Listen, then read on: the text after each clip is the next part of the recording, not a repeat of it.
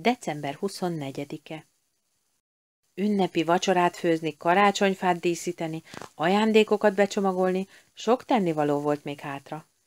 Melinda édesanyja éppen neki akart fogni a munkának, amikor egy magas, kötényes férfi átfogta a vállát és puszit nyomott az orrára. Robert, te már itthon vagy? Bizony, kedvesem, mondta a férfi. És végre te is? Most pedig szépen kényelmesen ülj le a nagy fotelba. Neked kell az ötleteket adnod Melindának és nekem a karácsonyfa feldíszítéséhez. Melinda közben egyik lábáról a másikra ugrott. Meglepetés, anyu, meglepetés, érted? És valóban, nagyon jó illat terjengett. Mi is? Talán csirke? Melinda édesanyja lehuppant a fotelba. A meglepetés sikerült. Így történt, hogy a kis csillag egy igazi vidám szentestét élt át az embereknél. Végignézte, hogy a vásárban vett szép szalmacsillagokkal feldíszítették a fát, álmélkodott a sok kis csomagon, és amikor meggyújtották a gyertyákat, felült a karácsonyfa tetejére.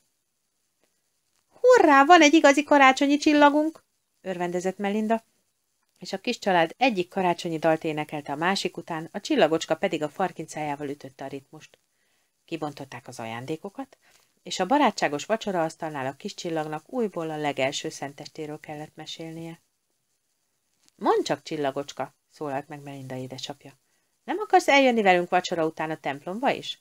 Talán mások is szívesen látnának egy igazi karácsonyi csillagot. Nem sokára 3 meleg ruhákba bugyolált ember topogott végig a hóban a sötét utcákon. A csillagocska követte őket, és a nagy izgalomtól kis szikrák röpködtek körülötte. Megszólaltak a harangok. Milyen gyönyörű, gondolta a kis csillag, pedig még nem is látok templomot. Magas házak között mentek tovább, mindig a harang szavát követve. Már nem egyedül voltak, sorra nyíltak a kapuk, egyre többen igyekeztek ugyanabba az irányba. Látták a csillagocskát, és csatlakoztak hozzájuk. Aki később ért ki az utcára, az aranyló sziporkákat követte, amelyek ott lebegtek a csillagocska nyomában végig az utcán. Még mindig nem látok templomot, csodálkozott a kis csillag. Mégis végre a hatalmas toronyházak között feltűnt egy kicsi régi templom.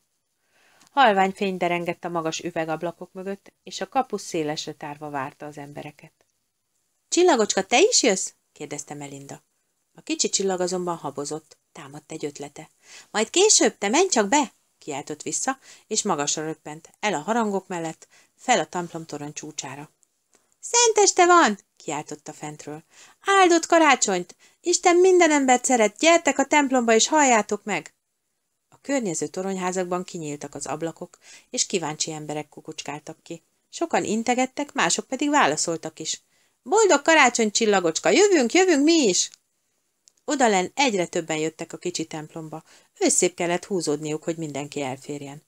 Utoljára csillagocska is besurrant a kapun, és felült egy kis kőangyal mellé. Onnan kacsintott Melindára.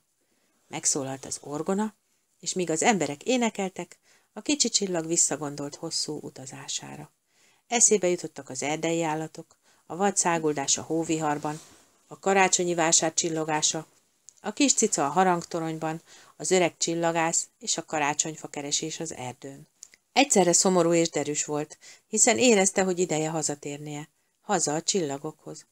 A templomot betöltötte a karácsonyi énekszó, és a csillagocska vidáman dúdolt együtt a többiekkel. Igen, ez az igazi szenteste, gondolta, és boldog volt, hogy ő maga is itt lehet, és részt vehet az ünneplésben.